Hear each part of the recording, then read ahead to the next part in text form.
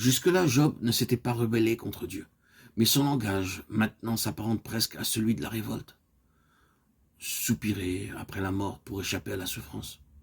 Ce n'est point se soumettre à la volonté de Dieu. Satan inspire ces paroles, comme il a inspiré celles de la femme de Job. Renie Dieu et meurt.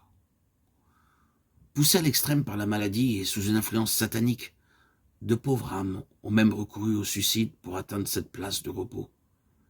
Que les enfants de Dieu prennent garde, qu'ils se fortifient en Dieu et le bénissent pour le privilège de la vie. Qu'ils se détournent de la tentation du repos de la tombe et choisissent la vie, même si la leur est comme jetée dans la fournaise de l'affliction, car le but, ce n'est point la tombe, mais le ciel. Pourquoi la vie est-elle donnée? À ceux dont l'âme est remplie d'amertume, à ceux qui espèrent la mort, et la mort ne vient pas, à ceux qui sont heureux, qui tressaillent d'aise et se réjouissent quand ils ont trouvé le tombeau. Chapitre 3, versets 20 à 22. Job ne pèse plus ses paroles, il n'en discerne pas la lâcheté, et il compte parmi ses douleurs ce que le diable a nommé une bénédiction, l'homme que Dieu enferme de toutes parts. Il termine en disant « Ce que j'ai craint, c'est ce qui m'arrive », versets 24 à 26. Enseigné par Dieu, Job savait donc que l'heure de l'épreuve sonnerait tôt ou tard. Le trouble, l'appréhension avaient donc parfois projeté leur ombre sur la paix des jours de bonheur. Il avait eu le pressentiment de l'épreuve où il était présentement. Ce n'est pas un ennemi qui m'outrage, c'est toi, mon confident, mon ami. Psaume 55, 13, 14. En lisant ce que dit alors Eliphaz de Théman à son ami dans l'affliction, nous songeons à ces âmes candides qui s'imaginent qu'elles doivent dire toute leur pensée. Si nous essayons de t'adresser un mot, peut-être auras-tu peine à l'entendre, dit Eliphaz. Mais qui pourrait tenir ces paroles? Et il continue en disant les choses les plus douloureuses, celles qui probablement ont déjà abordé la pensée de Job, exhalant sa peine.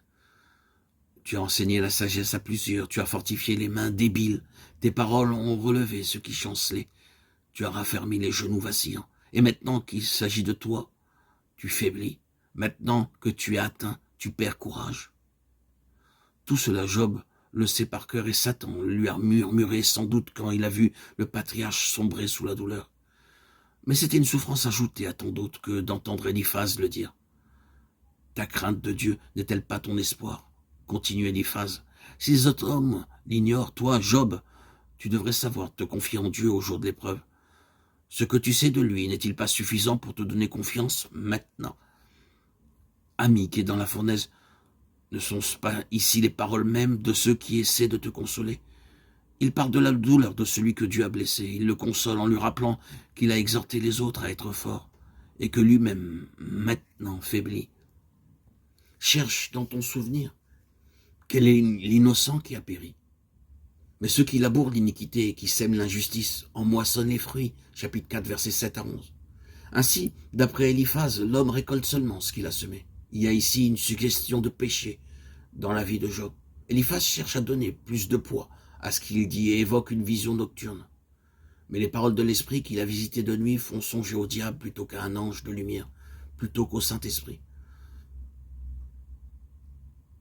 Satan qui accusait Job devant Dieu et dans l'assemblée des saints, affirmant que dans l'épreuve, Job renierait l'Éternel. Satan qui l'a frappé et l'a dépouillé de tous ses biens, lui qui a attaqué le patriarche indirectement par les conseils de sa femme et directement en le faisant soupirer après la mort. Satan attaque Job à nouveau en se servant de ses amis, de ses consolateurs, car il n'abandonne jamais la partie. Il est toujours à l'arrière-plan de ce qui survient à Job. Et par les amis de celui-ci, il attaque directement l'intégrité de l'homme de Dieu, sa foi et son assurance de communion avec Dieu.